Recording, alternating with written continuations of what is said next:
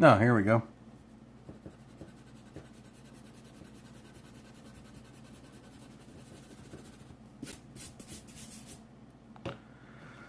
Do-do-do-do-do.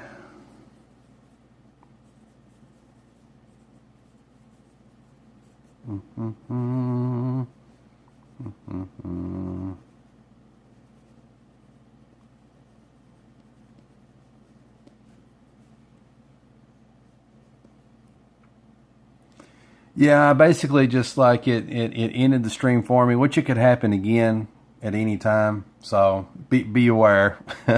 I think if the stream breaks up again, maybe I'll just end it. Not immediately. I'll give it a chance to see if it works. But yeah, I think that's what it was, Abe. I think that's what happened. But just give me a second to collect my thoughts here. YouTube does not like me talking about Britney Spears, and they don't like me talking about what Abe said. Okay, for what limited amount of time I have before I get kicked off again, Frank asked, and I reiterate, what makes you a pro? And let's see. And I'm not taking it like you're asking me what makes me a pro, because I know I'm, not in that sense. But I'm taking it as a general question. So my answer would be, what makes a pro is a couple of things. I think first of all is professionalism. Because pro, first of all, is short for professional. You're a professional in your chosen field. So what would make somebody a professional? And I feel like part of that is professional work, I guess. So here's a bicep. So the hand should be more right here. There we go. Something like that. I think that's part of it, putting forth, I guess, something like professional work, Focus, camera. There we go.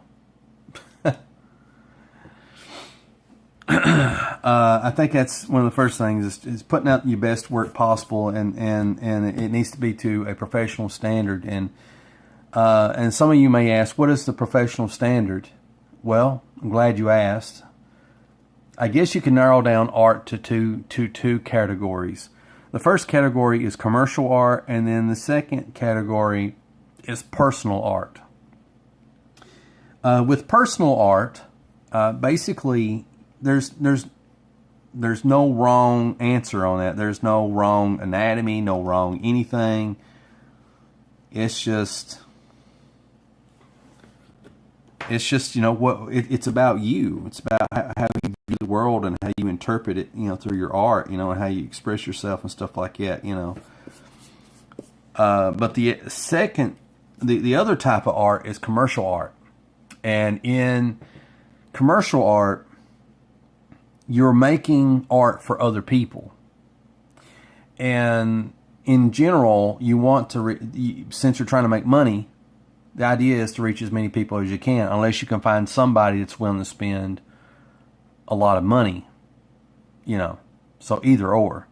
But like when it comes to comics, the idea is to get as many people as possible buying whatever it is that you're selling, prints, comics, whatever, that sort of thing, right?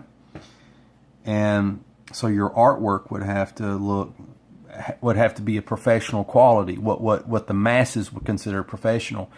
Like when you look at anatomy, the standard of anatomy goes back to I think the Renaissance, back in the days of like Leonardo da Vinci and all those guys.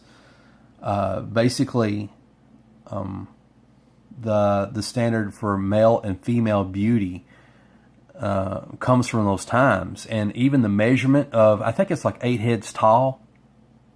People like John Buscema and all those guys, most comic book creators follow these rules, and they don't even realize where these things come from. They come from antiquity. They come from during the Renaissance, and that's where we get a lot of these ideas of what is beautiful and of body types and stuff like that. And that still carries over today, even though there's some people that's trying to change that standard into like Valiant Comics, Faith, and stuff like that, So there's room for all kinds of different body types. It makes things interesting. But as far as like beauty is concerned, or what the masses consider beauty, it goes back to that classical Renaissance standard. But anyway, part of being professional, having a professional attitude. And what is the professional attitude? It's like, if you're working for somebody, right? You need to be, respectful. It doesn't mean that you have to write some big, long Southern prose of of sugarcoating everything that you say and stuff like that. You can still be direct and not be a butt, But anyway, if I can get my thoughts together here. It's kind of hard to walk and talk, chew gum at the same time. I always run into this problem when I'm working on this stuff.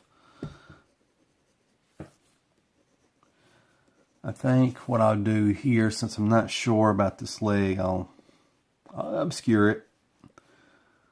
My good buddy Rob Liefeld, he knows what's up. He knows how to handle this. There's a saying, when in doubt, black it out. Well, with Rob Liefeld, when in doubt, cover the feet up with rocks and fog and stuff. So anyway, focus camera. Come on now. I'm gonna beat this thing's brains out. Let's see, flash on, flash off.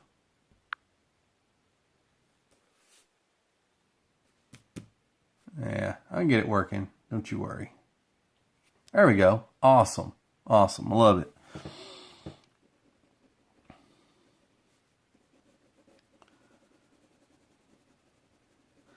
So I think, having a professional product or service that you offer, that's considered professional quality by the masses, if we're talking about commercial art. And also having a professional attitude, with how you deal with others.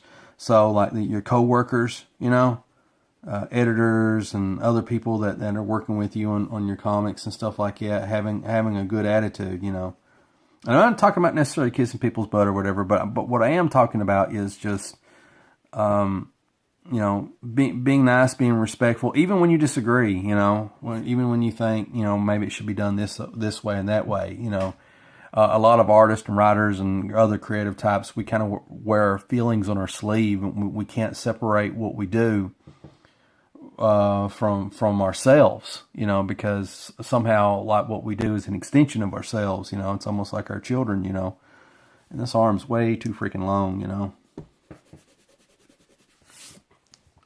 But the cool thing is that the more I tinker with this, the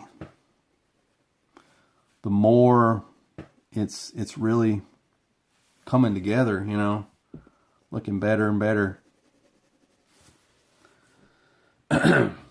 Just little things here and there.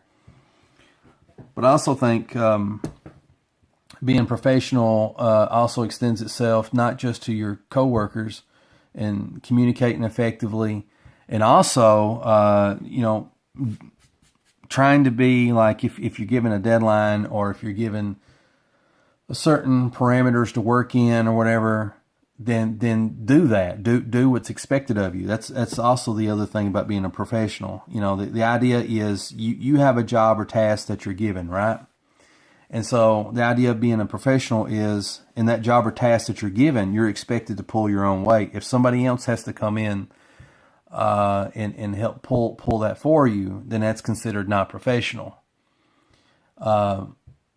In my opinion, and I think the other thing about being professional, what I was hinting at a while ago, or getting ready to talk about, is that when it comes to treating others with respect and stuff like that.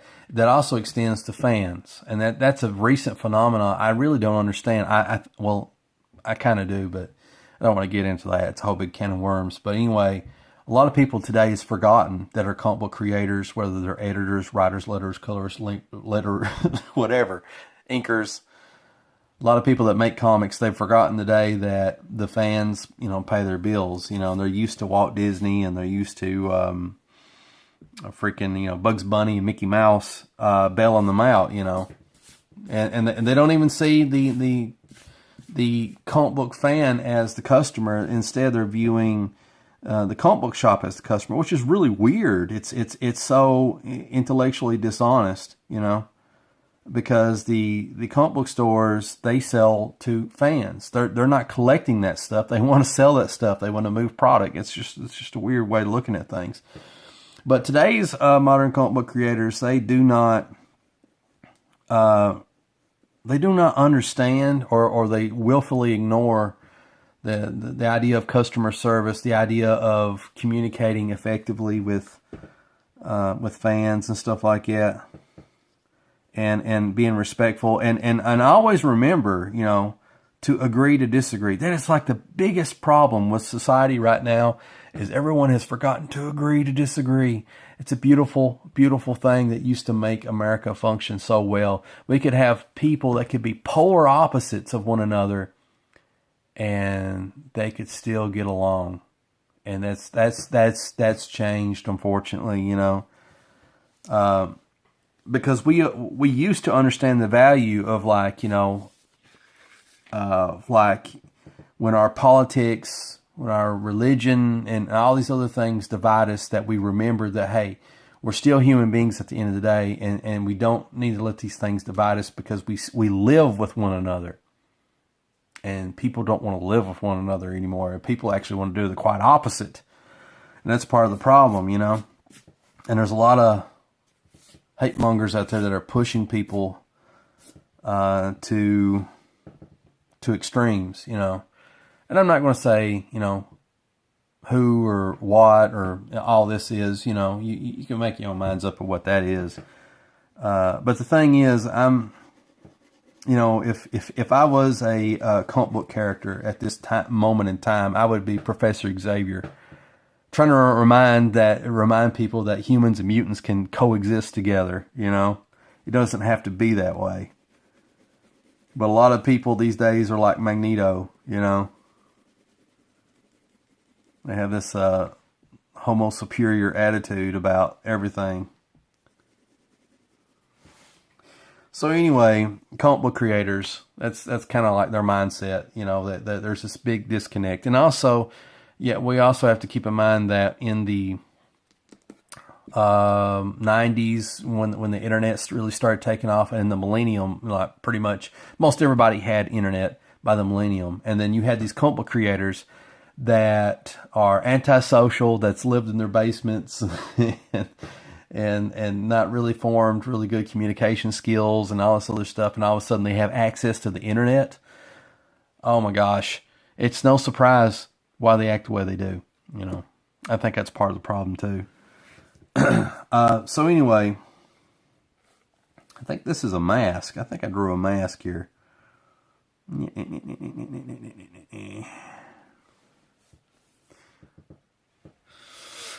But anyway, you have to treat your fans with respect. The people that buy the books, and agree to disagree.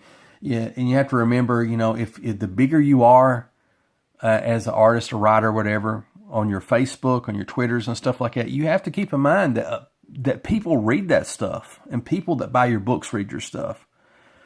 So if you're, for example, conservative, and you're posting a bunch of stuff that might offend your liberal fans, then don't be surprised when they don't buy your book. If you're liberal and you post a bunch of stuff on your Facebook and Twitter that offends your conservative fans, then don't be surprised when they don't buy your book. And it used to be, it's like a common sense thing. Everybody, like from the restaurant industries to service industries, and everybody used to know this stuff, and everybody's like, forgot it. It's the weirdest thing. I don't understand. How can you forget stuff like that, you know? But that's kind of the thing, you know. Everyone's forgotten these little basic things, and I don't understand, you know.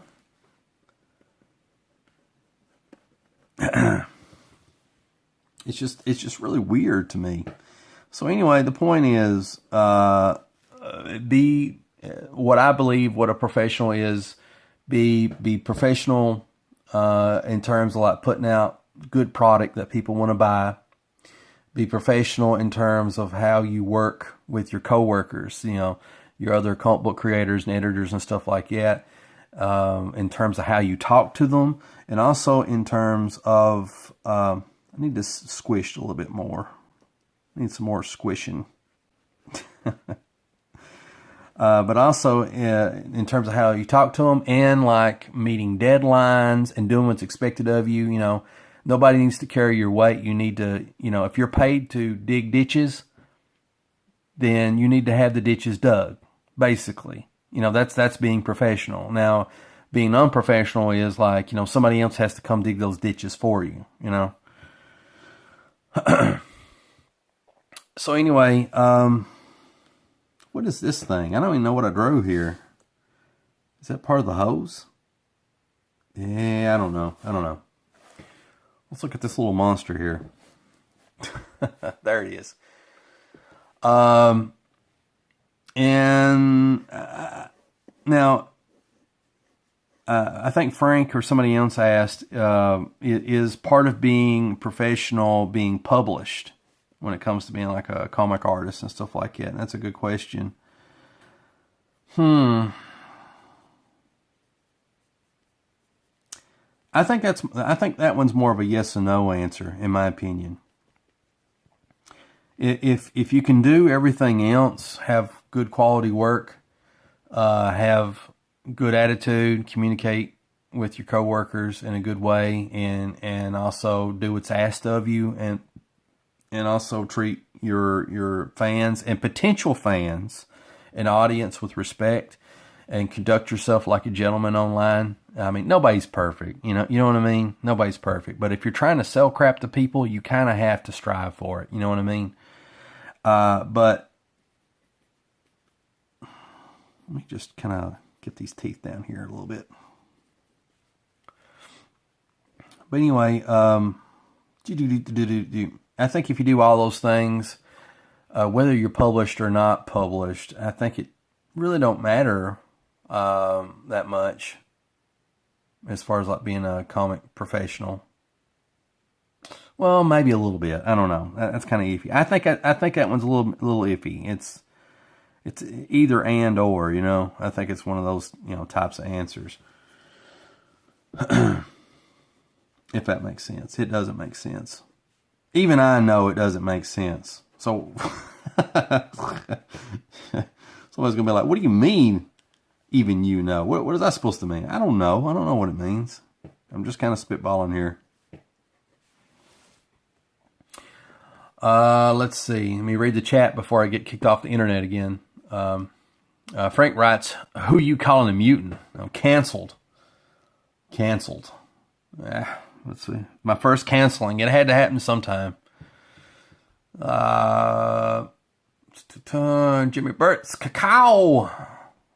And King Crow, the Steward of the Realm. I like that. Cacao. Ahoy there, folks. Glad to have you all here. Okay. Abe says, "Okay, I'll clean up my Twitter." Well, you should. Everybody should. If you're trying to have a career, you know, in whatever it is that you're doing, you want to reach as many people as you can. But then again, there is exceptions to that rule. You know, some people will be like, yeah, there is an exception to that. What about people that are really high up in things like Comicsgate that are extremely outspoken? And I would say, yeah, that is the exception. But the problem is this, you know, I often worry about I don't know how to put it, you know, I think there is like a Comicsgate bubble, if that makes sense. And in this bubble, the number of readers is finite. because the comic book industry has shrunk. It's gotten itty bitty. And as it has gotten itty bitty, there's only like so many comic book readers left, to buy these things. Now, you've got X amount of these people, comic book fans that are left, that are buying comics, that will never ever buy Comicsgate books because they're liberal, or they've been misinformed on things, or they're relying on what other people are saying about Comicsgate, so that they'll never ever buy Comicsgate books based on that. And so then you're left with a small base of people that's going to buy the comics, right? So then you've got your top tier talent, your Ethan Van Sciver's, your forgetting his name. I don't want to forget his name. John Malin, Shane Davis, a couple of these other people that are industry professionals that have worked for a long time in comics, and they brought fan followings with them for what they do. Kenneth Rockerford. But Kenneth Rockerford, though, he's been very, very silent about his involvement. He shows up on the Comic Artist Pro Secrets live streams, but he doesn't really say much. He's being very tactful. He doesn't say anything. He's just kind of there. And part of that might be I'm not really for sure where he's from.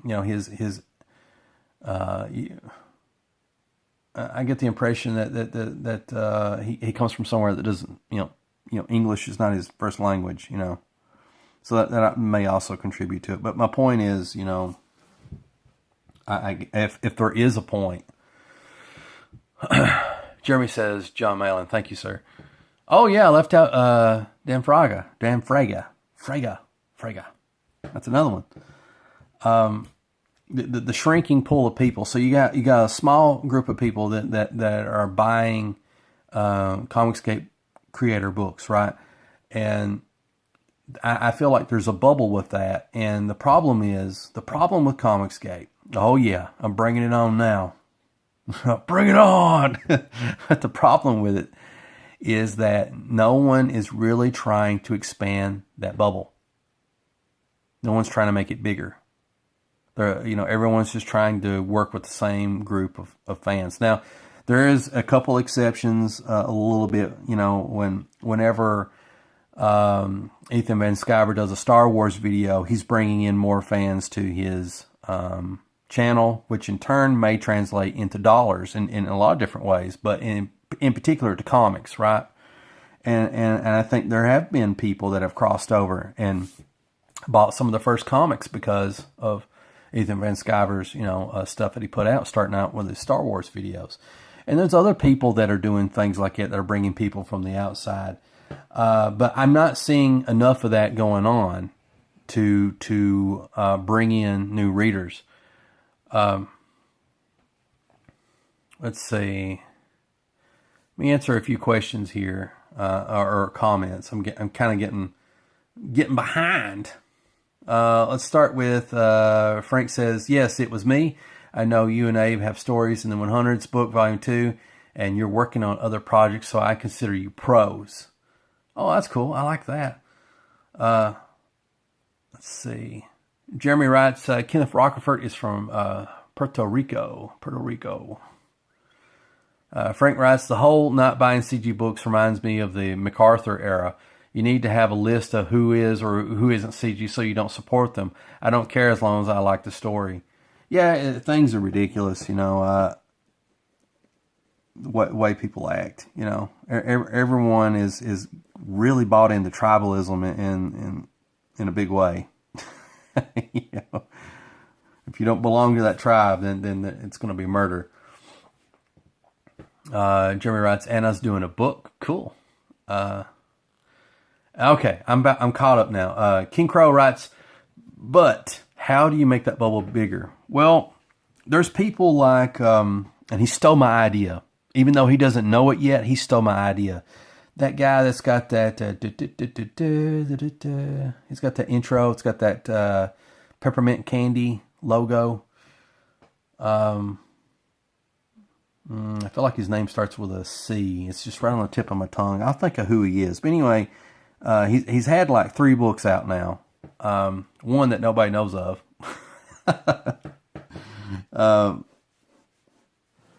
I think one of the books is called Fatal. Clint Stoker, Clint something like that. Clint Stoker, yes, thank you, King Crow. Clint Stoker, Sweetcast.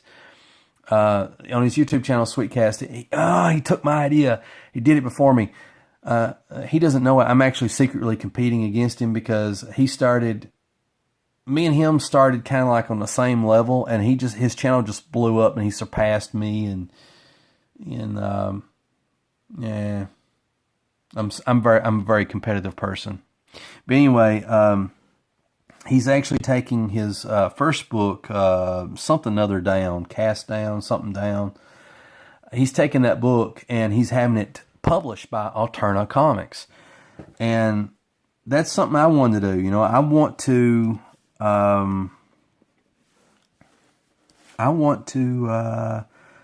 get funded on things like Indiegogo, right? And,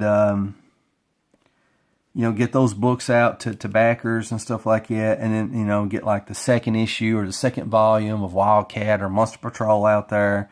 And then eventually like the third and so forth and so on. And then at some point, what I want to do is I would like to go through somebody like Alterna and then get those comics in the hands of new readers.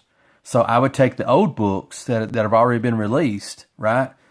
And say like hypothetically, like I did a Wildcat and Indiegogo, and this is like volume 3. This is like the third Indiegogo I did, right? I would take the first volume, the first trade back or the first comic book that I did of Wildcat, and had that released through Alterna to get it put in stands. And Alterna used to, I don't know if they still do now or not, but they used to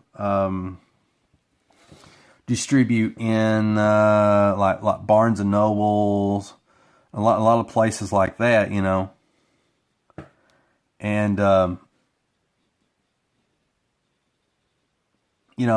it's giving you a chance to get yourself seen, by a bigger audience, and in turn, these people, through advertisements in the book and directing them toward the website and different things, that when I would do a new Wildcat, Indiegogo or whatever, they would go and back that, because everybody wants the newest thing. They don't want to get these books. Well, there will be some people will, they don't want to get like reprints of older books. If that makes sense. I'm kind of rambling a little bit. I'm sorry. But I think Clint's got the right idea. That's how you're gonna do it. By getting comics in comic stores and in regular stores, trying to get them out there in mom and pop places. We need to bring back the spinner racks, and some people be like, whoa, the spinner racks, that's going to be a big task. How are you going to put them back in gas stations and stores, because you're going to have to rebuild the infrastructure for that. Well, somebody's going to do it. Somebody's going to think of it. It's going to be a matter of time. And there's people that's trying to do it right now. They just, maybe they looked into it and it just wasn't feasible yet. But a lot of people have to remember that people said newsprint was dead. It's just ain't never going to come back. And I remember reading on the digital webbing forums, there was this guy named Peter Samedi back in 2004, I think. I'm not really for sure. He had wrote and asked people like, does anybody do newsprint anymore? Does anybody know any printers that does it? And everybody was like telling him, no, nobody does newsprint. It's too expensive and all this other stuff, As crazy as that sounds, And I guess the point is he didn't listen to him, because here he is in 2019, the king of newsprint. you know. Though I tend to disagree with him when he starts talking about, like, you know, he kind of pulls on the idea of somebody starting up a publishing company, like a printing company, a printing press, you know, and Comicsgate folks printing their own comics. And, you know, he says, you know, it's not really economically feasible, you know, because he's looked into it. And I was like, you know what, Pete, you need to remember where you come from, buddy. Everybody told you the same thing, you know. The fact is, technology is changing every single day. Right now, every one of us that's watching this, we don't even need to know how to code to make programs, because there's like apps that are so simple. You can even come up with your own app on these apps. You can even make your own games without even knowing how to code. The technology, I mean, like people can 3D print freaking limbs, you know, for their amputated limbs, you know, like, you see what I'm saying? It's a gold rush in terms of technology, I guess, of how it's going to improve our lives and make it worse in other ways, you know, if that makes sense. So I guess what I'm saying is I disagree with him about the printing thing, but yeah, I kind of went off the rails. Oh, yeah. Talking about growing the bubble, making the bubble bigger. We need more blood. We need more blood. Lots of blood. We need more people reading comics, and you got to get out there where the people are at, you know, and we got to get creative. So I think bringing back spinnerbacks is one thing, but the easiest thing to do is to get comics in comic book shops, and also, you know, going through companies like Alterna, where they actually get them in Barnes & Noble, or where they used to anyway.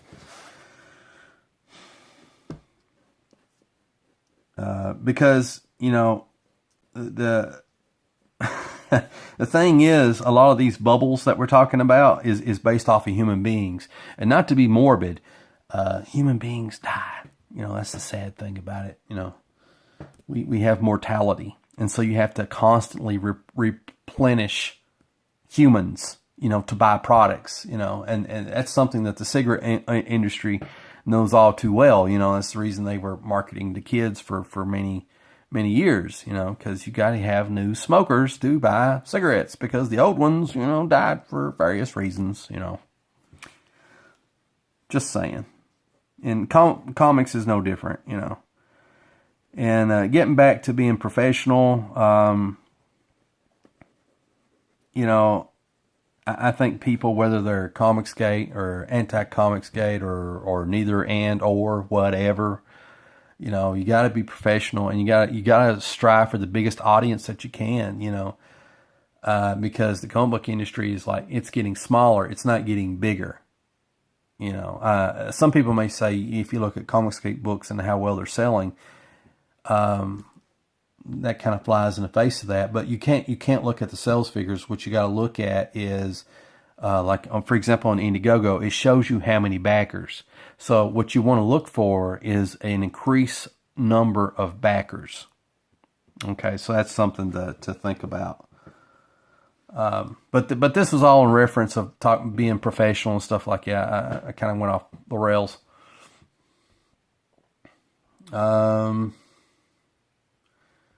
Let's see. I'm looking through the comments right now. I'm kind of scrolling. Frank reminding everybody to please subscribe to Anna. So I do that. Jeremy, can't wait for Fatal. Fatal looks really good. I'm very envious of the artist. I like that organic looking art, you know. I feel like it comes across really natural and really cool, you know.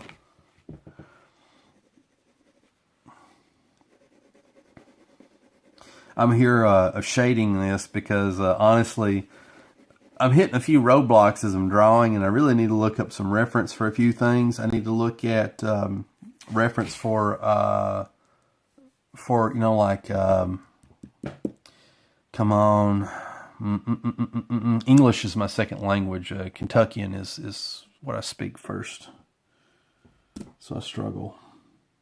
Hazmat suit looking deals, okay. Hazmat suits. There we go. And I need to look up some reference for that because I want to do some cool little sci-fi hazmat suits. And so I don't want to get too happy with the details because I'm going to end up having to erase everything again. And then when it comes to the guns, that's another thing. Now, normally I try not to do too much of this type of shading these days because it just smudges everywhere and makes a big mess.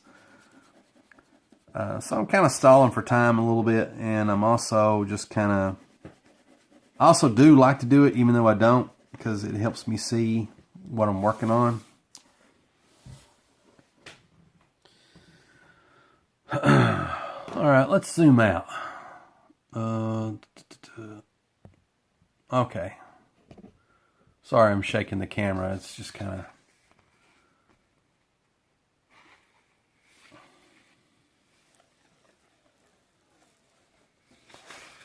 Alright, let me toss this page away.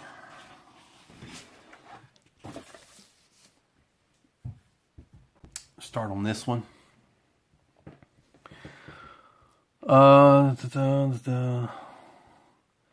Lions Den writes, I think I've told you my strategy for getting people hooked to comic book over on Twitter DMs. You have. And Lions Den's got many fantastic ideas. Extremely helpful. Frank writes, I'm comics create.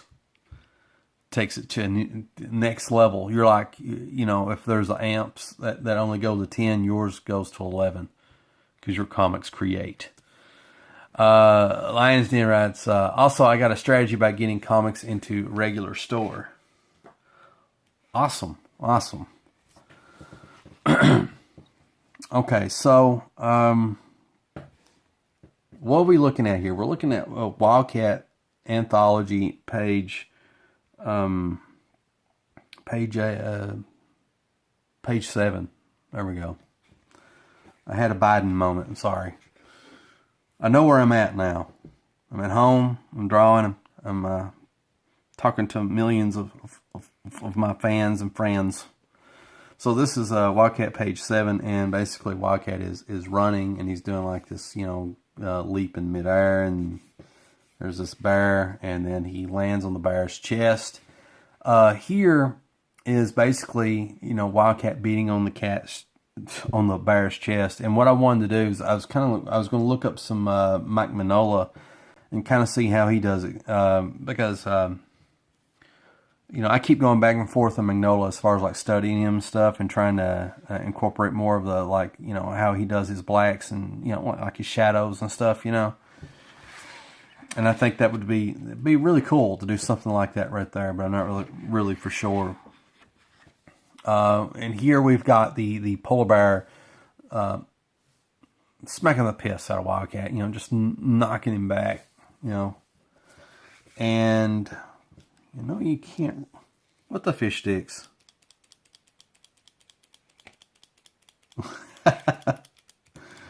Even though this is my favorite pencil, I tell you what, the lid for this thing is... I like this lead, but I also hate it because it's so easy broken. I feel like when it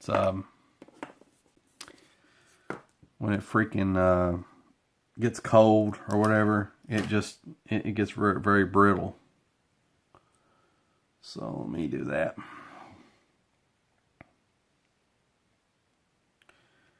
Put this in there. Okay, it just broke. Come on. There you go. I feel like Dr. Hammond, or whatever that guy's name is on Jurassic Park. Come on, little one. Come on. Come on, little one. There you go. There you go. All right. My phone's dying on 50%. Let me get the extension cord. I actually have the extension cord handy, so I am somewhat prepared. All right. Turn this off.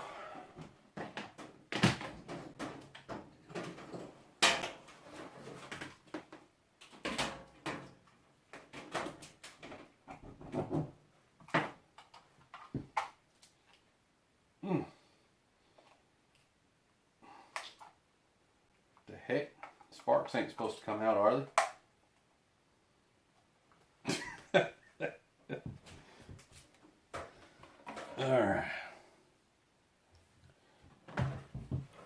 Oh boy, this is kind of awkward. Yeah, you ain't dying on me, phone. There we go. Awesome.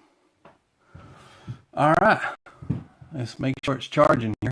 Let's see. Yep. Are we there? Okay. We're using my phone's internet now. Let's see if I can get the old internet working here. I don't know.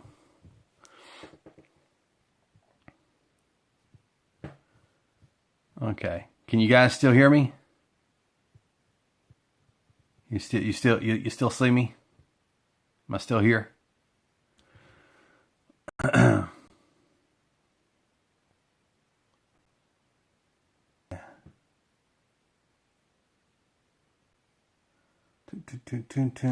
going to assume that we're all still together. I'll just keep talking. So anyway, this is like an Inuit, if I'm pronouncing it correctly, an Inuit family, and they're watching this mayhem here with Wildcat.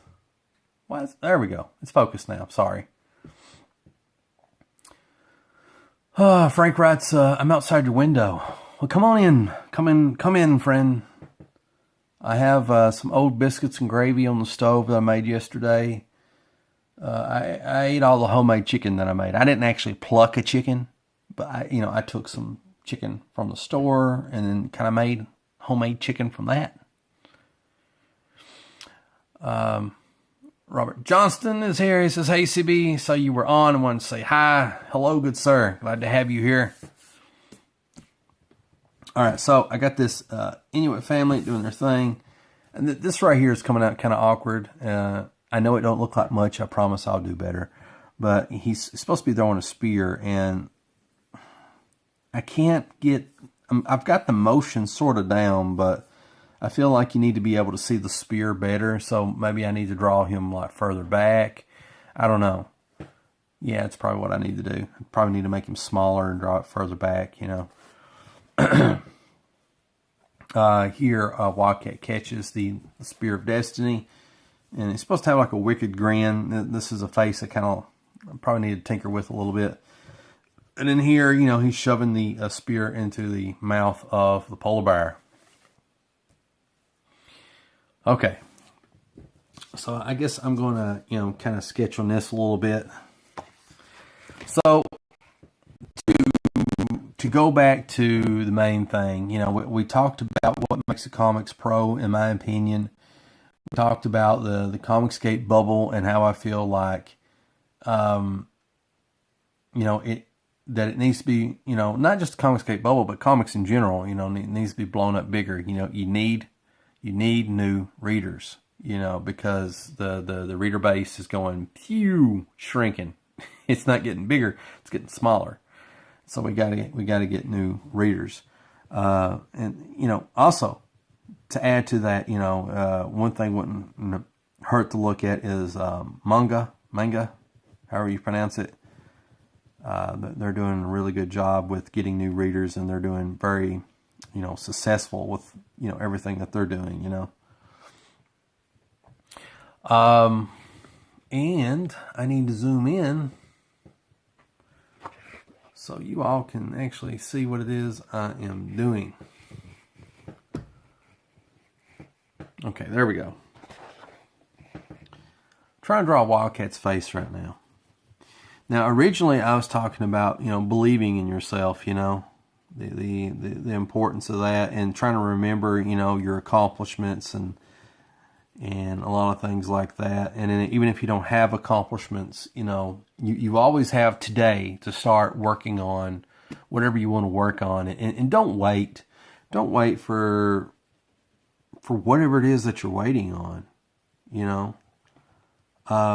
If you're waiting to be more professional with your art, if you want your art to look a certain way before you do this thing or that thing, it's never going to happen, because that's not the way it works. You got to put yourself out there, and you got to put in the work. And when I do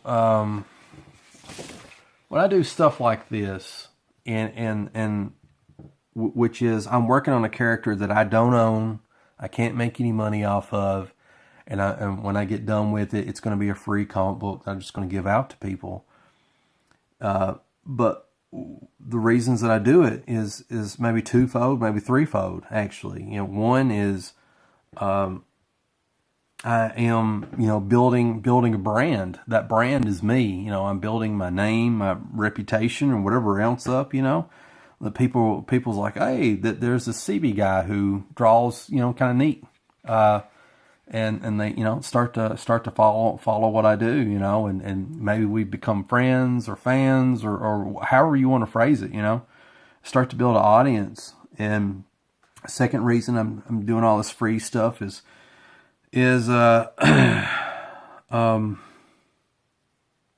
gosh, I went blank.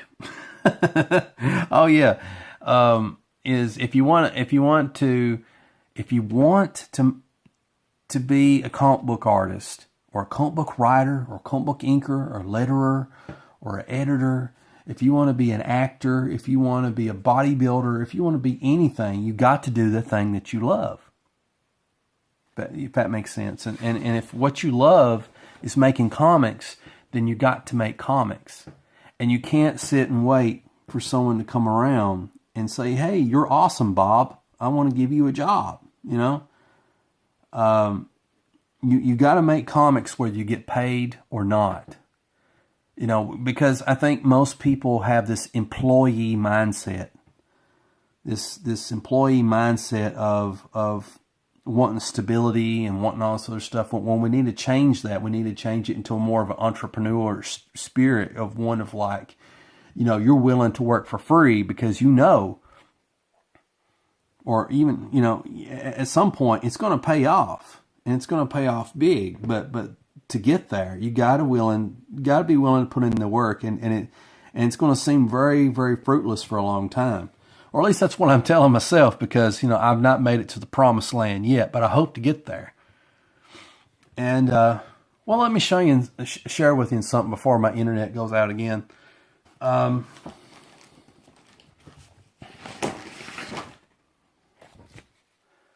was at work the other day, and it's like, work's really getting to me. Usually when I work a job for like 3 years or more, all the Louis L'Amour charm wears off. If anybody knows Louis L'Amour, or doesn't know him, he's a Western writer. He's actually sort of like a hero of mine in a way. He's one of my heroes, and he's a guy that just kind of lived life. He went across the country and worked hard and did a lot of odd jobs here and there, but his passion was writing, and he would work really hard for like a couple months, save up, and just like basically rent a hotel room. And after a couple of months, and then he would rent a hotel room, quit his job, rent a hotel room, and just for like several weeks, he would just sit and write. That's all he would do. And then he would go and repeat again, rinse and repeat. And eventually, he made something of himself. He started out doing like these little magazines, doing these little short stories for magazines where he probably didn't get paid at first, and then he got paid chump change, and then he worked his way up, And then he became, like one of the most famous Western novelists of our time. What did I bring him up for? Oh, yeah. So I got this expression of Louis L'Amour in it. What Louis L'Amour would sometimes romanticize these jobs that he work at.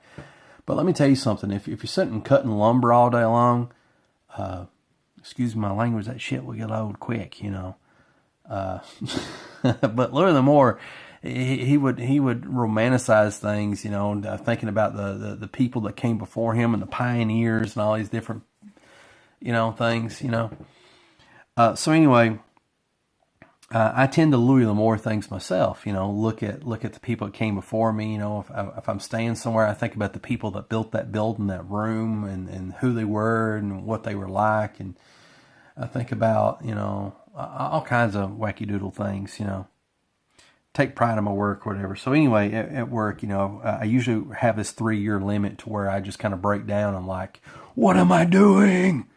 I need to get out of here. And it's like, oh, I screwed myself again. Why am I still here? And that's kind of where I'm at. And so I sat down. I was like, okay, let's see if you can come up with a plan and go from there. So I like to make lists. I like to make goals. And let me scoot this over so you can kind of see, because I know that there's, this writing here. It's kind of obscuring things. So I just kind of, wrote down a 2-year plan. Had no idea how I was going to format this or anything. So this is still kind of a rough thing, and I probably shouldn't share it because it kind of puts pressure on me, and I feel pressure anyway, and I don't want any more. But I think it's just relevant to talk about what we're talking about, right? So the goal of the 2-year plan is to make comics for a living. That's my goal. So within 2 years, whether somebody pays me or I'm just making comics on my own and getting paid that way, I want to make comics for a living within 2 years. That's what I want to do. And the first thing I started thinking is have the story and art finished for Wildcat Dead Men Walking.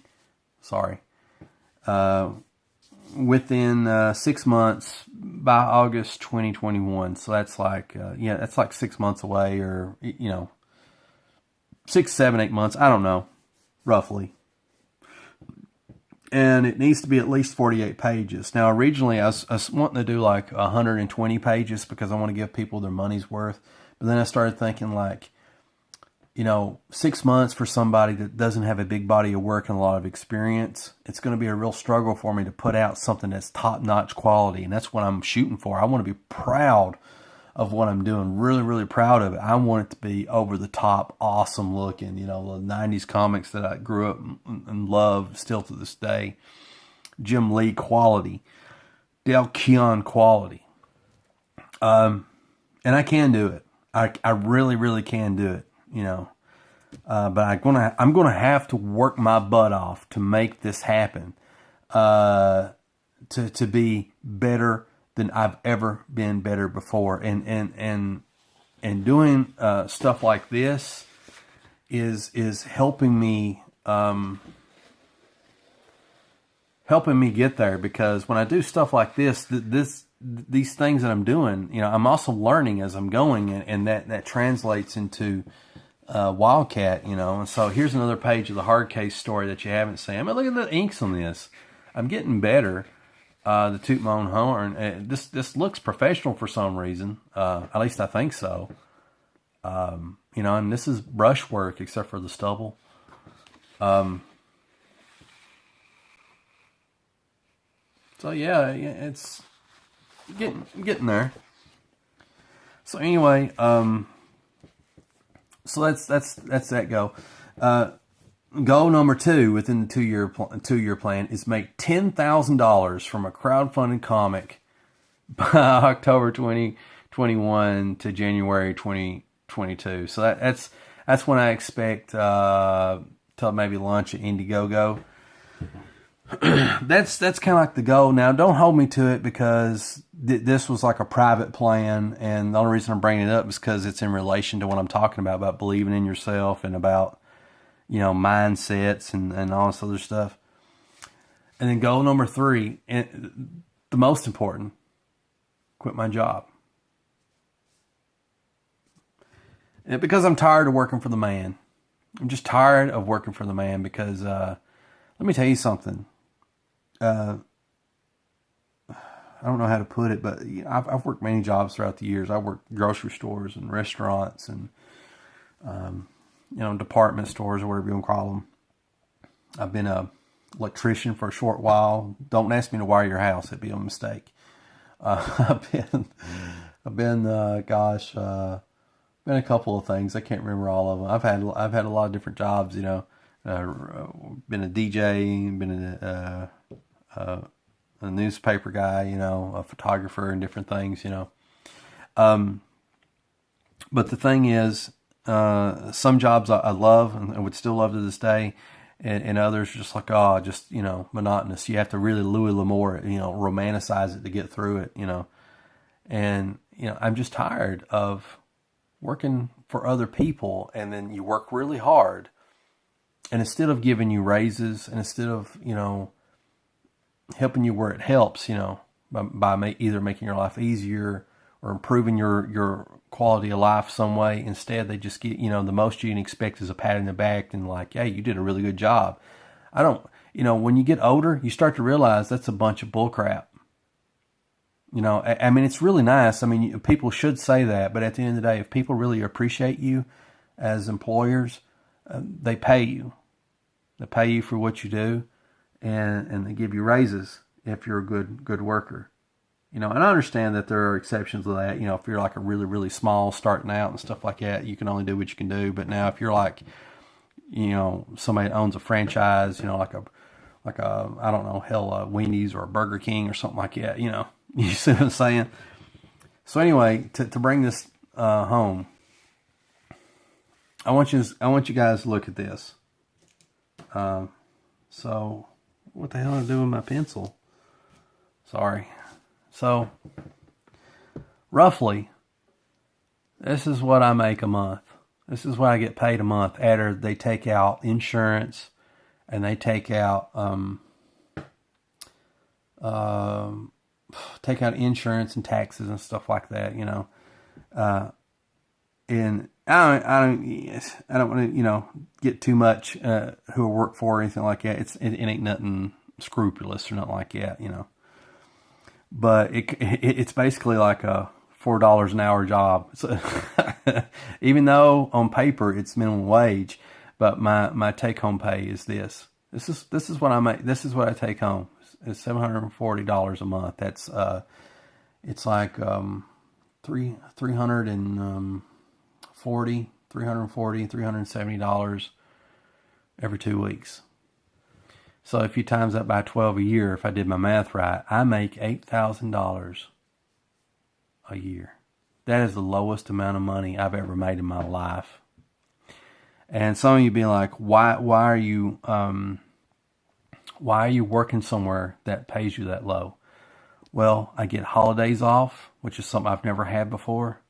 I get all my holidays off, and I also get I have sick days. I've never had that before, and personal days. I have those three things, and so it allows me a lot of freedom to draw comics. And it allows me a lot of freedom to have with my family and stuff. But the thing is, I'm barely getting by. I'm not. I can't really go nowhere. I can't back a lot of my friends' Indiegogo campaigns. I can't pay back debts. I can't do nothing, So my thing is, the way I look at it, is if I could have an Indiegogo book that made this much money, I would do this. I would quit my job, because that would justify it, in my opinion. And then I would just throw myself headlong into doing the second issue or the second volume, the second trade, the second whatever, But we're a long ways from that, I may not do any of this because, like step two, I may have to do that like sometime in 2022, because I probably want to release the Wildcat comic and the Monster Patrol comics for free first, to build up my name and to also build an audience for these books, because nobody knows who they are or who I am, But, once I get X amount of people subscribe to my mailing list and stuff like that, and interest in it, then I'll do the Indiegogo once I have got the book pretty much done. And for those that are curious, if you look on Indiegogo, a lot of Kickstarters that have like $6,000 funded, they have 60 backers, give or take. The math is probably all off on this. You may want to go and look this up yourself. Go to Indiegogo and look at some of the comic book campaigns that are funded. And this is at $25 is like the lowest amount, and it goes on up, for different things like 2 books, somebody autograph, and maybe like charge like 50, or maybe like they got a special different alternate cover, and you get the idea. So. But yeah, that's like the lowest amount, and with 60 backers, they're able to raise, $6,000 dollars. So what I want to do is I want to get to where I can have 100 people signed up to my mailing list. And so every day or every other day, I'm always hitting people up to sign up to my mailing list. It's also on my website, so if anyone's curious, you can go head over to newempirecomics.com and sign up there. And basically, all it is, I don't spam you or anything like that. I just have your email, right? And so when it comes time to launch the book, or if I want to give you anything free or let you know anything, I can send you email, and people will be like, why not do that through Facebook or Twitter or anything else? Well, the thing is, if you follow the news, you can't really rely on Facebook or Twitter or any other social media platform, because if they don't like what you say and they don't like what you do, or somebody else doesn't, they kick you off, and then what do you do? So by having a mailing list, that's a direct link between me and all of you. So if anybody drops the ball, it's going to be me, and it'll be my fault, and I'll have to live with that. And there'll be no excuses. But so for those of you that are comic book creators, you need to have a mailing list, in my humble opinion. So there you go. That's my big lofty goal. If I have a $10,000 funded campaign, yeah, I think I would quit my job. And just, make comics my full-time thing. So let's read some of the comments. Oh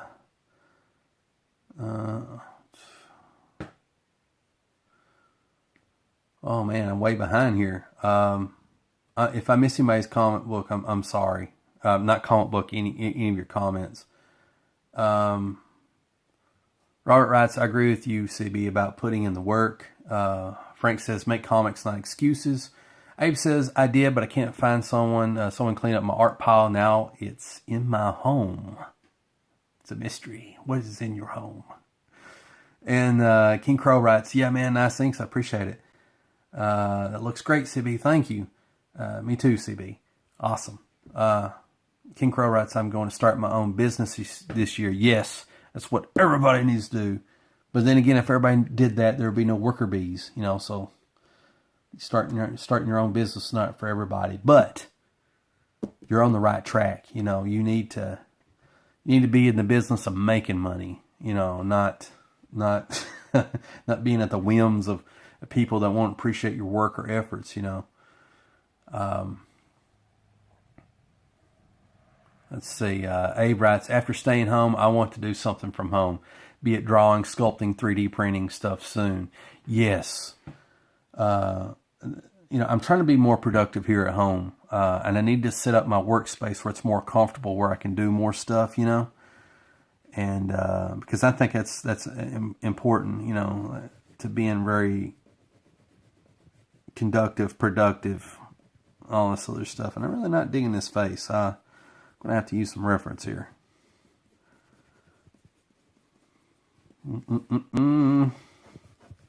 This face sucks. It blows chunks. What the heck? Right.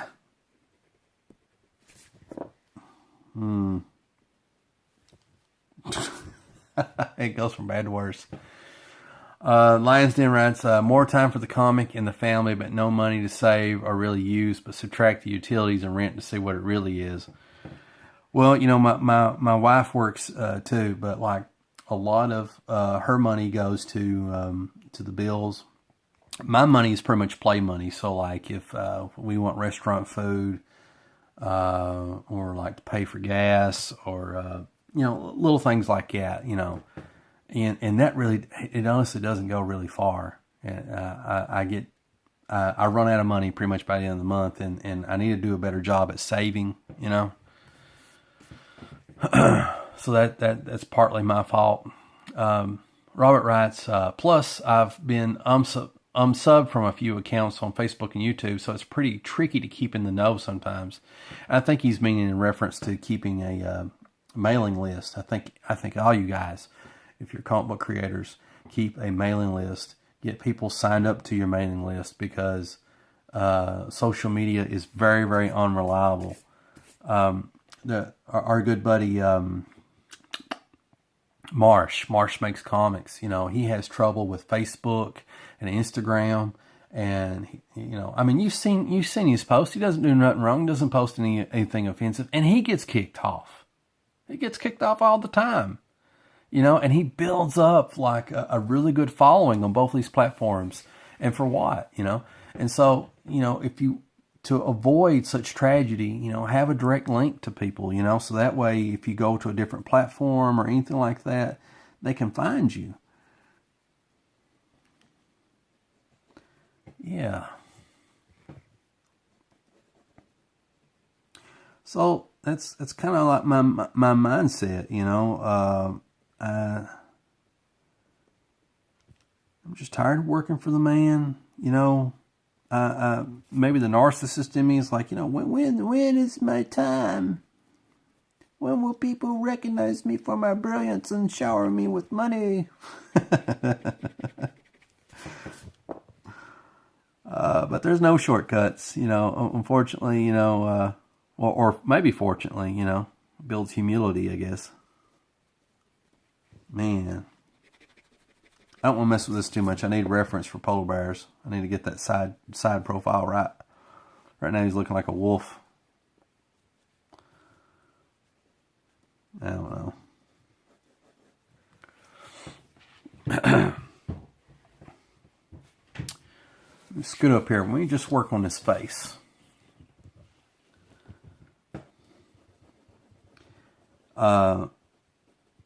But yeah.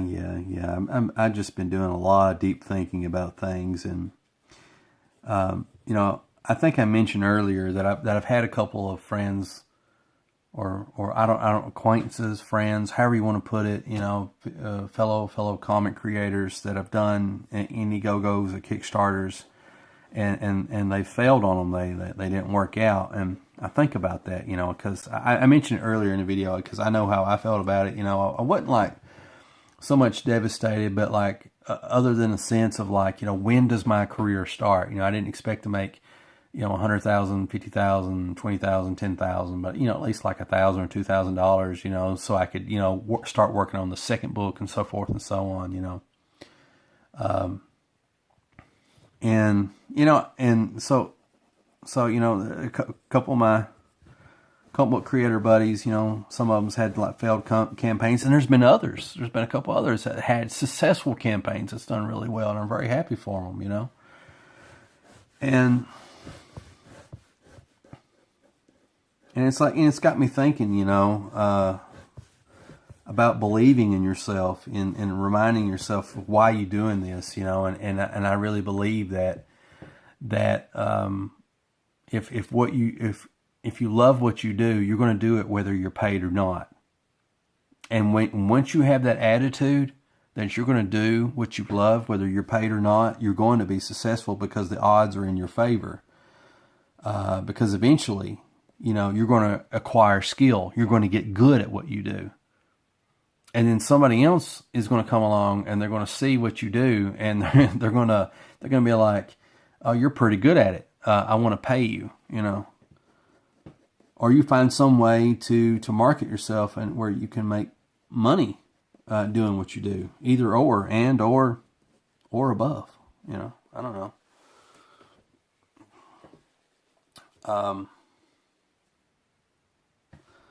I think maybe I'm going to get rid of this nose. It's still like his head being tilted somewhat up, even though it is. Maybe I can cheat here and do what I'm really good at. I like the downturned nose. You know, I think it looks cool. Not cool, but I guess so. Maybe cool. Maybe that is the word I'm looking for. You know. And I guess if what would Mike Manola do here? Maybe I should try something. I probably shouldn't, but I'm going to do it anyway. He would shade a bunch of stuff. Not sure what I'm going to shade though. I can always, you know, that's the great thing about having an eraser. You can always undo your unruly mistakes.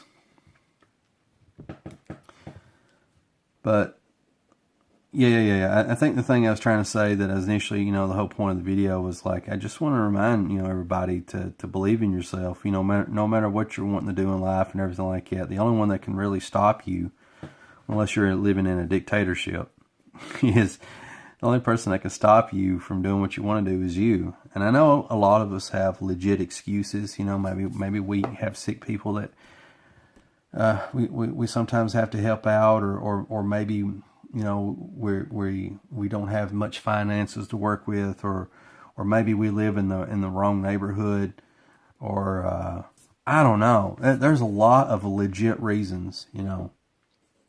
But I believe very strongly that if you really want something in life, you can make it happen if you're willing to work hard for it and not give up, and be willing to learn, you know. And it takes a little bit of humility for that too, you know. And, you know, I didn't start out being able to draw like how I draw now, you know. It took me a while to get where I'm at. And even now, I'm still not where I need to be as an artist. But, you know, since doing, like, for example, the 100 days of making comics, which was the best thing that happened for me, because it really kicked my butt into high gear, you know, because I was dreaming too much. Dreaming about being a comic book artist and all this other stuff. I mean, I did draw and stuff, and then sometimes I'd put out these tremendous efforts and stuff like that. But I didn't have any comics drawn until I did the 100s, you know, and the first, you know, pretty much full comic that I drew, which I did come close. I mean, there was some fan stuff I did, but I never did a full, you know, I did maybe like a 10 pager or 12 pager or something like that, but I never did a full like 22 page comic. And now, you know, I just feel like, shoot. I just feel like, you know, I just keep getting better, you know, and that's just from not giving up and just keeping at it, you know. And I think of some of my artist friends that are going through hard times, you know, and struggles, and they have every reason in the world to give up, you know, to just, you know, like, call it quits. And I just want to tell you, you know, that please don't give up, you know, because you're really cheating the world out of you, you know. Because can you imagine if at some point Jim Lee's like, you know, forget my language, like, fuck it, I'm going to be a doctor. You know, I think that's what he was supposed to be in the first place, was a doctor. He was going to college for it. Is a doctor or engineer? I'm thinking that I'm leaning toward a doctor, but don't hold me to that. That's what his parents wanted him to be, you know. But he had a passion for comics, and you know, he eventually set his foot down and said, "All right, I'm going to give myself 1 year to get my act together, to really learn how to draw comics, and if by the end of 1 year I'm not drawing comics for a living, I'm going to quit pursuing that, and I'm going to just be a engineer or a doctor or whatever it was he was studying to be, you know." And luckily for all of us, it really worked out, you know, and I'm glad it did, you know. And I think of some of all of you that might be watching, you know, that may doubt yourselves sometimes, or just may just like, oh, you know, why am I doing this for? Nobody's coming to my website. Nobody's watching my videos. Nobody's buying my comics or reading my comics and all this other stuff. I mean, all these legit reasons why to throw your hands up and all this other stuff. But just like that really awesome meme where there's a frog in a seagull's mouth and it's freaking choking the seagull. I love that meme. Never give up. Don't cheat the world out of the next Jim Lee. Don't cheat the world out of the next you, you know. And, you know, for me, I made a promise to myself. Oh, look how... I gotta say, this face is turning out pretty badass. I mean, if you guys saw this face earlier, it kind of sucked. This is looking pretty good. I like this. This is pretty good. And I had something important to say. I forgot what it was. G.O. Mashed taters and biscuits. Look at that chin. Oh man.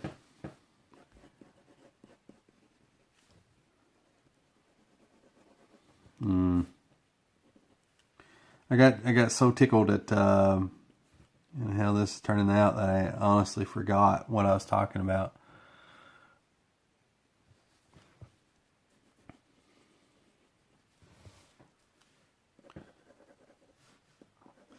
I may think of it here in a second. I'll in the words of our fantastic new press secretary to the White House, I'll circle back. Okay, I'll circle back to that. But as far as Wildcat goes, let me mention this. Oh boy, let's see. How am I going to shade this?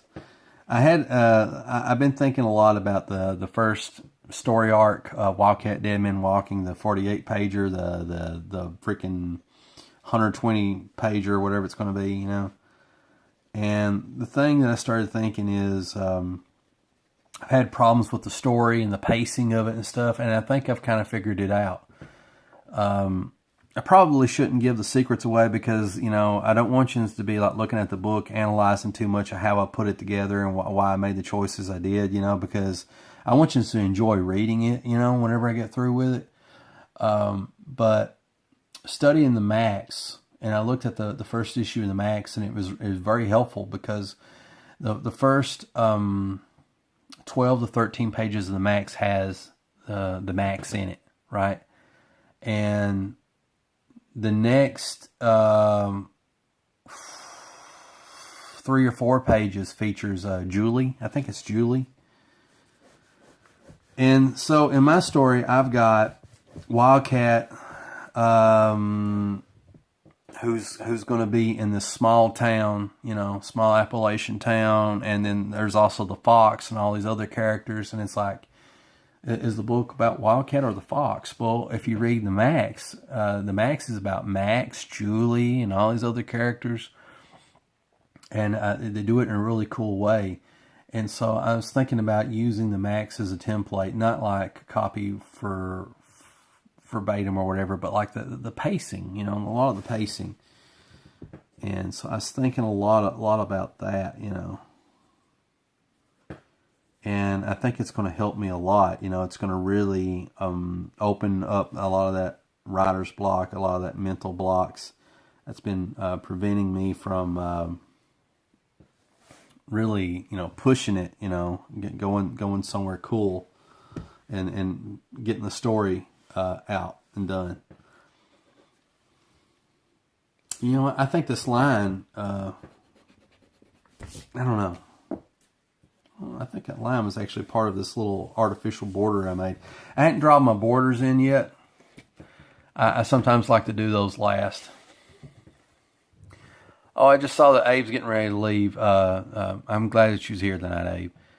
He says, I'm tapped out, fellas. Great stream. Not all. All right. See you, Abe. Have a good one, buddy. Let me read a few of these comments here. Let's see.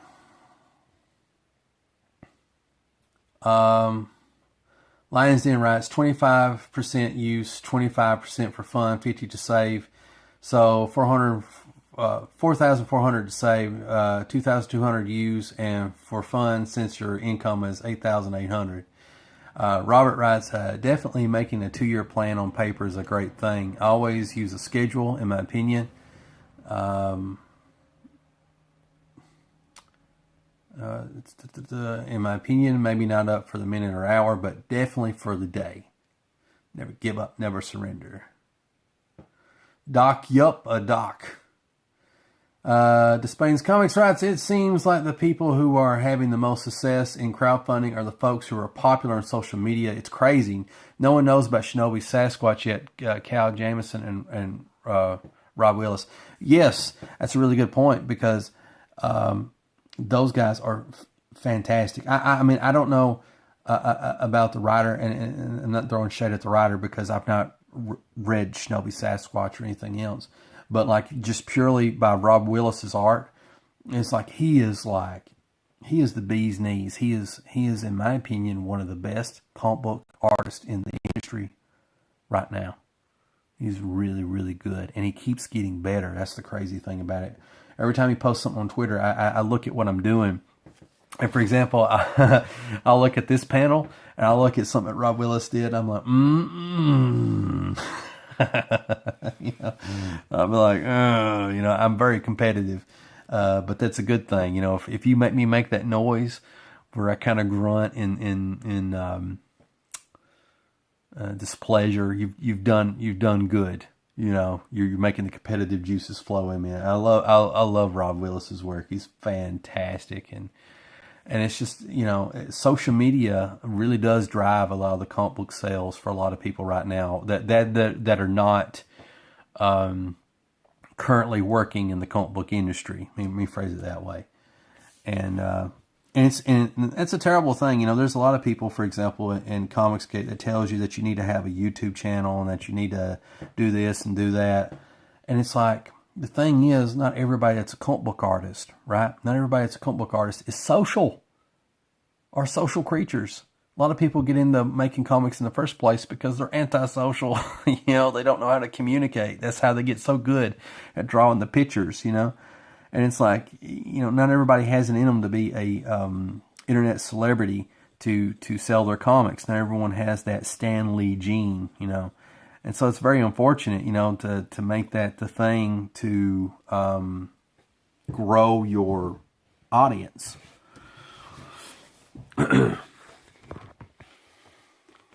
Let's see here.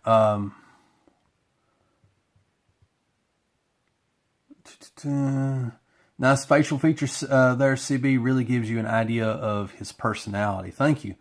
Despain writes, if you have a killer product, I don't think you necessarily have to give it away for free.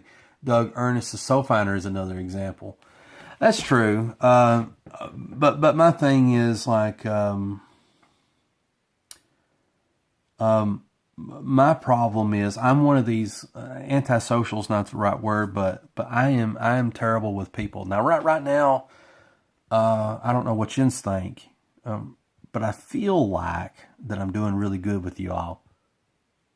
But the thing is, when I'm like one-on-one with people, I can be off-puttish when I don't mean to be. I do really bad, you know, and having good social skills is really important when it comes to marketing and a lot of these things. People write me messages. I read the messages, and then I get like this anxiety about like, I want to take the time to write them back and write something that is really meaningful and shows them my appreciation and all this other stuff. And then what ends up happening is I end up not writing them back, and then a day or two passes, and then pretty soon it turns to a week and a month. Eventually, you know, I do write people back, but it's not very professional though, you know, and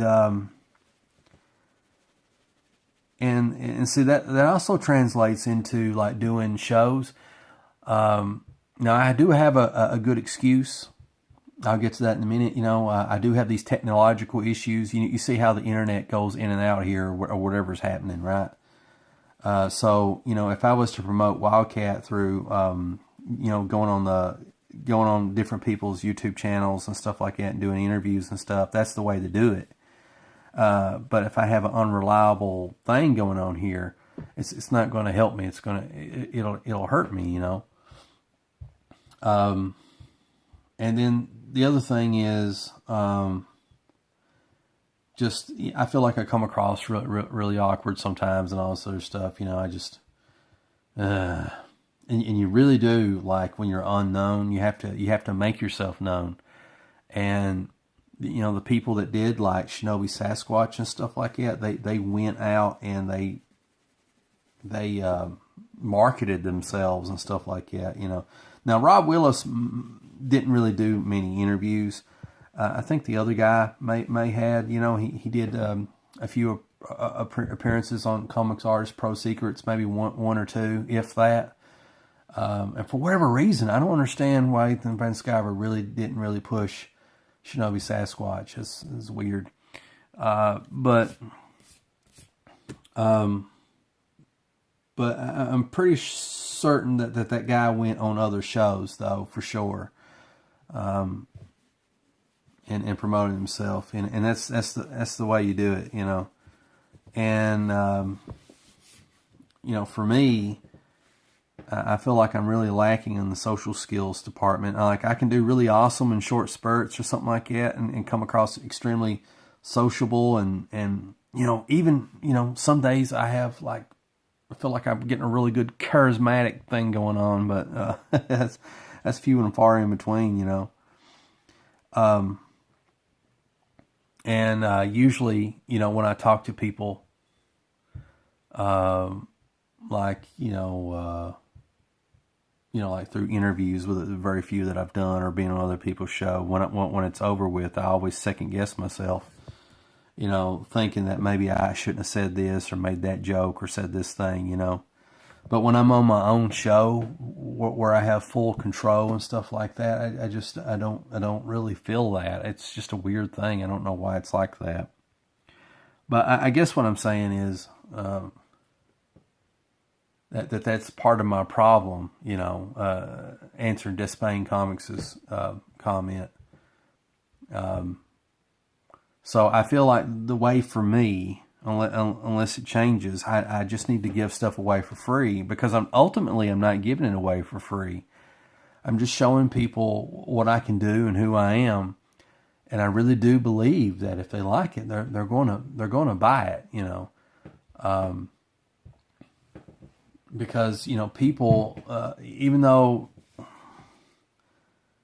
people are getting crazier and crazier these days, a lot of people understand more so now than ever how hard it is for comic book creators to make comics and stuff like that, and they'll support you. I think at the end of the day, they'll come out of the woodwork and they'll support you. If they got the money to do with.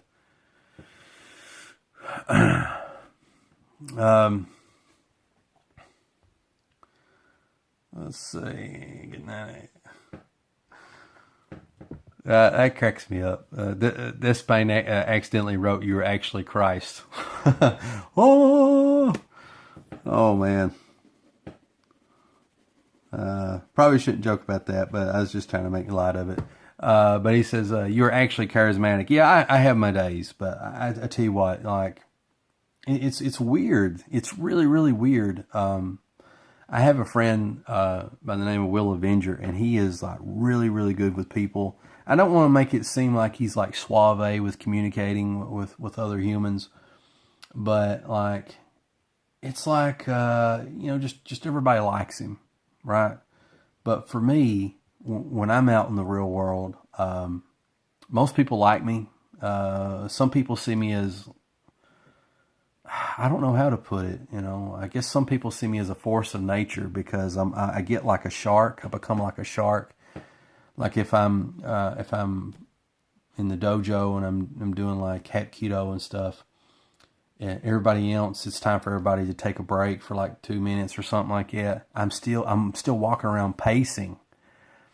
and I'm aware that I'm doing it, but I've got just so much of this energy built up and enthusiasm for what I'm doing. But and I've been told I have a cold look on my face because I'm super focused, you know, and I really enjoy it, you know. But you know, and everybody else is like chatting with one another and talking, and I it's like I kind of want to chat too, but I don't know what to say, you know, because nothing they're saying is really interesting me, so I don't say anything. But that's me. That's me in the real world, you know. And only those people that know me get this version of me. You guys that are watching, listening right now, this version of me that you hear right now is what my closest friends hear. But the people in the real world, what they get is something different. It's not nothing mean or nothing like that, but I can cut up with strangers and stuff like that. I usually relate to working people the best, you know, working class people. But now if you're like uppity up and you work in an office and stuff like that, I have a hard time relating for whatever reason. I communicate a lot better with people that's a lot older than me. So it's just little strange things like that, you know.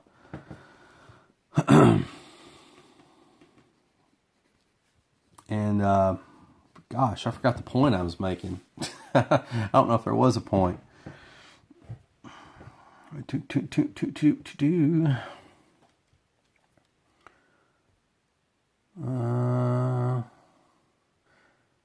See, Robert says everyone has to do something pro bono in their life. I believe that. Most people. Unless you're like Arthur Adams. The rumor is Arthur Adams started out being Arthur Adams. I don't believe that's true, but that's the story. Yeah, because you really do have to start somewhere. You know, you have to.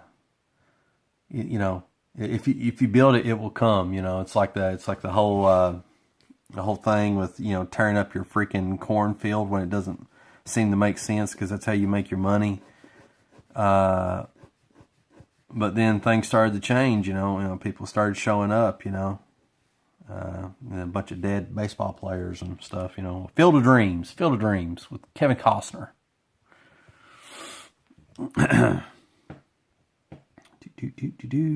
Let's see here. How am I gonna? I don't know. Kind of not liking that. Not liking any of that. It's looking better. Giving him that witch nose going on there. Oh yeah, I like that better. That's got a better vibe to it. This man writes, "I'm super introverted." I think I am too. We're introverted brothers from different mothers. Robert writes, someone asked Jet Li why was he so good at martial arts. He responded that he must have been a martial artist in another life before this one. Yeah, he's a legit Buddhist. I saw he came across really snobby in one of the interviews I've seen since he's become a Buddhist. I don't know why that is.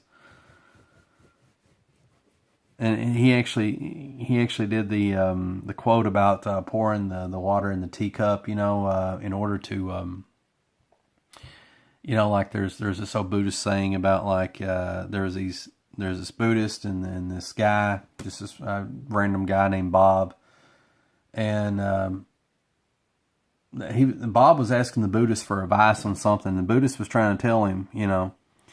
And Bob just wasn't listening because Bob was too busy telling him, you know, why this and that wouldn't work or anything like that, you know. And the whole time, you know, there's like this tea thing. They were drinking tea. And so the Buddhist was pouring him tea, and then he just kept pouring tea, and then eventually the cup was overflowing.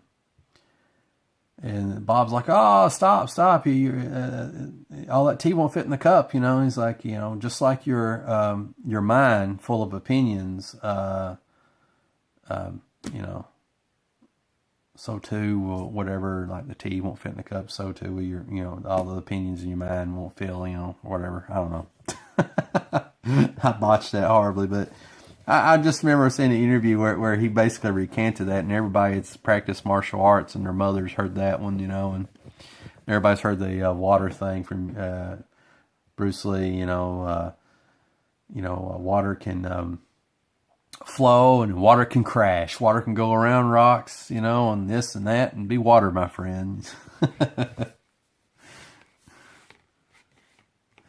Robert writes, dedication is the key to anything. That's true. Kevin Costner, Bob was busy building. Yeah, Bob the Builder. Okay, so this is his left arm. So this is the rock arm. Sometimes I have to kind of go through and just try to remember which one of these bad boys is the rock arm. When I do the rock arm, I just kind of, you know, throw these scratchies out, and then I kind of look at it, and if I got too many of, like, it's too uniform looking, what I'll do is I'll go break it up, you know, into like smaller pieces or something like that, so that way it don't whatever. And also, like, when I do the rock arms, I don't know if this really matters to anybody, but see how there's this line right here indicating the shoulder? I'll actually, like, sometimes, not all the time, I'll do like little rock things underneath there. That way it just kind of shows that that even though his arm is rock, it has three-dimensional movement, you know, so it rotates, and so as it rotates, it's created these cracks, allowing more free range of motion. And the places where on his rock arm where the rocks are bigger, is places where there isn't a lot of movement. So you're going to see bigger rocks on his biceps, on his shoulder right here, and a little bit in a few places on his forearm, but not as many.